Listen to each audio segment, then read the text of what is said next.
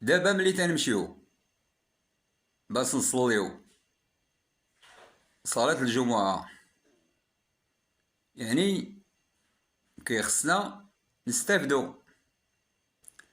يعني ملي الإمام تيعطي الحديث كيخصنا نستمعو ليه،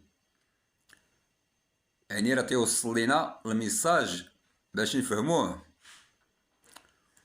وملي الإمام كيصلي يعني صلاة الجمعة دوك جوج الصورات كيخصنا نستمعو ليهم ونعرفو الإمام اش تيقول فيهم. كاينين شي إخوان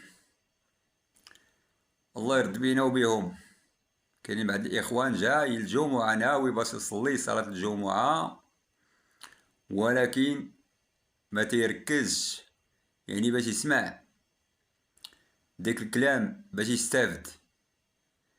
ملي كتسولو كتقول لي اش قال الفقيه في الحديث، تيقول لك اودي ما عقلت.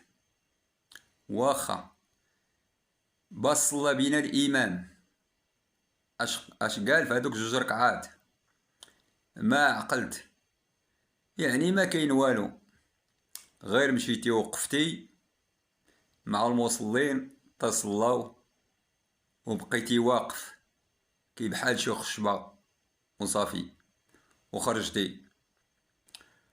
الصلاة اشنا هو المظنون منها صلاة الجمعة، يعني باش تمشي وتجلس وتستمع للإمام، يعني اش كيقول في الحديث، وتستمع للإمام اش من صورات باش صلى صلاة الجمعة.